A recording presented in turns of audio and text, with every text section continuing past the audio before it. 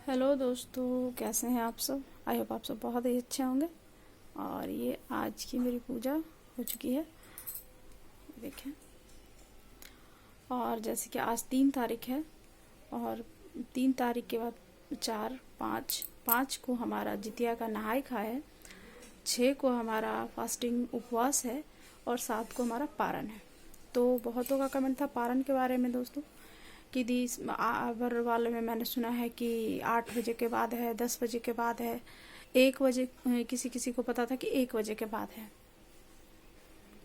तो ऐसा है कि पारण 1 बजे के बाद नहीं है।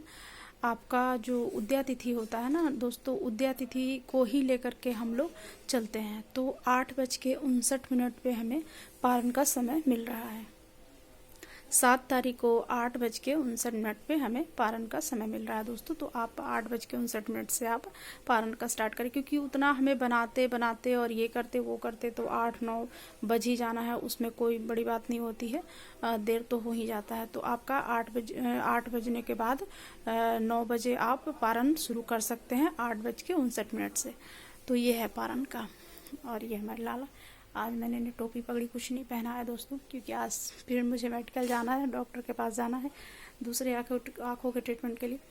तो शायद मैं 1-2 दिन वीडियो ना बना पाऊँ, तो इसलिए मैं छोटा सा एक वीडियो डाल दे रही हूँ। 2-3 तरह का क्वेश्चन आया हुआ था, जितिया को लेकर के भी क्वेश्चन आया हुआ था, और बहुतों का ये भी क्वेश्चन था कि दी हम जैसे कि हर फेस्टिवल करते हैं, हर त्यौहार करते हैं, तो उसमें कलश लगाते हैं, तो क्या इसमें भी कलश लगाना ज़रूरी है। तो देखिए, हर पूजा में कलश लगाना हमें ज़रूरी होता है, चाहे वो जितिया का पूजा हो, चाहे हड़तालिका तीज हो, किसी तरह का तीज हो, करवा चौथ हो, या हम सोमवार का व्रत रखते हैं या संडे का व्रत रखते हैं, कोई भी रखते हैं, तो कलश हमारा आवाहन होता है, क्योंकि उसमें सभी देवी देवता आते हैं। तो इसलिए हमें कलश लगाना ज़रूरी होता है। तो उसके लिए है कि आप जैसे कि बहुत घरों में होता है कि ऐसे ही सिर्फ खीरा में जितिया को लपेट के और रख करके धूप वगैरह दे करके और वो जो फल वगैरह चढ़ता है ना, वो सब चढ़ा करके उस तरीके से पूजा करते हैं। और हमारे के यहाँ है कि पाकड़ का पेड़ होता है, मैं पत्ता नहीं लाई, मैं देखूंगी कल के वीडियो में, मैं दिखाऊंगी आपको। 1 मिनट रुकिए। तो ये देखें दोस्तों, ये इसे कहते हैं पाकड़ का पेड़, ठीक है। ये देखिए इस तरीके से रहता है, बर के पेड़ के पत्तों की तरह रहता है ये, ठीक है। तो इस तरीके से होता है ये पाकड़ का पेड़। तो हम लोग के यहाँ इस पाकड़ के पेड़ से ही पूजा होता है दोस्तों।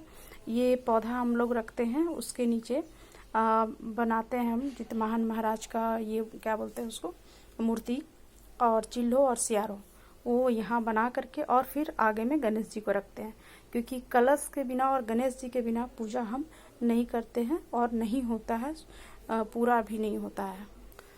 ये बहुत जगहों पर तो ये पेड़ मिलता भी नहीं है दोस्तों, बहुत कम ही मिलता है। बट कहीं जहाँ पे खेत वगैरह होता है, गांव होता है, वहाँ पे ये इजी वे में ये पेड़ मिल जाता है। तो ये है, आप जब कथा सुनते हैं, जितिया पर्व का जब कथा आप सुनते हैं, तो उसमें एक पेड़ का भी जिक्र होता है कि जो चील और सियार जो बैठे थे, चील था जो पेड़ के ऊपर था, पाकड़ के पेड़ के ऊपर, और सियार जो था जड़ के पेड़ के नीचे था। तो उस तरीके से उसमें आपका एक स्टोरी भी आता है, कहानी भी आता है, तो इसी पेड़ का जिक्र होता है। तो इसलिए हम ये पेड़ रखते हैं ज़रूर। जहाँ पे नहीं मिलता है तो कोई बात नहीं, वो फिर जैसे करते हैं वैसे ही करना होता है। लेकिन जहाँ पे मिलता है, ये आप जब खोजेंगे पहले, अब तो क्या बोलते हैं, नर्सरी वगैरह में भी मिल जाता है, इसको पहले से आप लगा करके इसे रखेंगे, ठीक है, तब वो आपको मिल जाएगा। ये देखिए हमारा छोटा सा पौधा है, क्योंकि उस दिन मैं एक छोटा सा पौधा लगाती भी हूँ और बड़ा पौधा मैंने एक रखा है, उसे ला करके मैं उसकी पूजा भी करती हूँ। तो ये है हमारा पाकड़ का पेड़। तो मैं इसी प्रकार से, ये पाकड़ का पेड़ होता है दोस्तों। और ये कलश लगाने के लिए तो आपको नारियल और कलश मैंने बताया है। और ये इस तरीके से एक लोटा मैं रखती हूँ, पीतल का हो या कांसे का लोटा हो, ठीक है। स्टील का नहीं होता, तांबा का नहीं होता है, पीतल या कांसा होना चाहिए। देखिए ये पीतल है, ठीक है, और ये कांसा है, ये देखिए। तो इन्हीं दोनों में से कोई लोटा एक रख के, इसमें मैं लोटे में जितिया को बांध देती हूँ, बांध करके यहाँ जड़ के नीचे रखा जाता है। और फिर उसके आगे पान के पत्ते पे आप गणेश जी को बैठाते हैं, साइड में आप कलश लगाते हैं। तो ये 3 चीज़ आपको करना बहुत ज़रूरी होता है।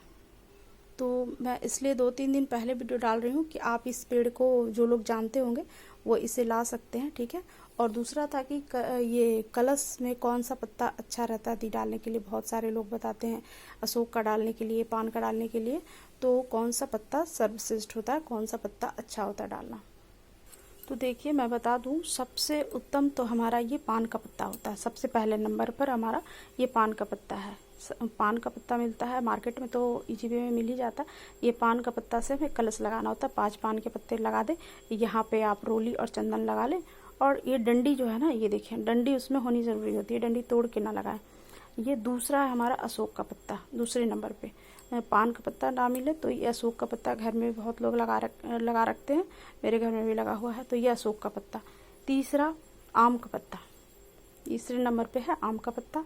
और जब बहुत जगहों पे होता है दोस्तों कि कुछ भी नहीं मिलता है, तो चौथे पे ही हमारा जामुन का पत्ता है। इससे भी आप 5 पत्ते को लगा करके कलश में पूजा कर सकते हैं। और विधि वही रहेगा, यहाँ पे आप चंदन और रोली लगा लेंगे।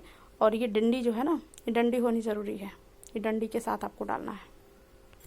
तो आपने देख लिया कि कलश लगाने के लिए आपको इन पत्तों की ज़रूरत होती है, ठीक है।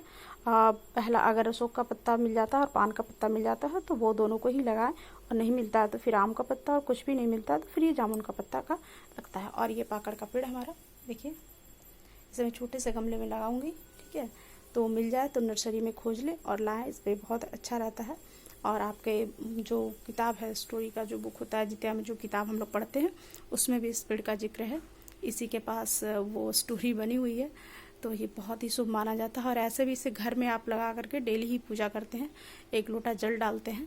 पितृपक्ष में भी इसमें पूजा करने में बहुत ही शुभ होता है, बहुत ही अच्छा लाभ मिलता है इससे, तो वो भी आप कर सकते हैं। तो आप इसे घर में भी लगा करके पूजा इसका कर सकते हैं डेली। और इसके नीचे तेल का ही दीपक जलता है दोस्तों, घी का नहीं।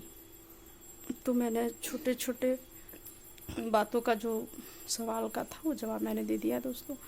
अच्छा लगे तो लाइक करें। और ये देखिए, इन सब पत्तों को देख ले। और ये हमारा पाकड़ का पेड़। तो पूजा पाठ सब हो गया दोस्तों, मेरी तरफ से सबको राधे राधे।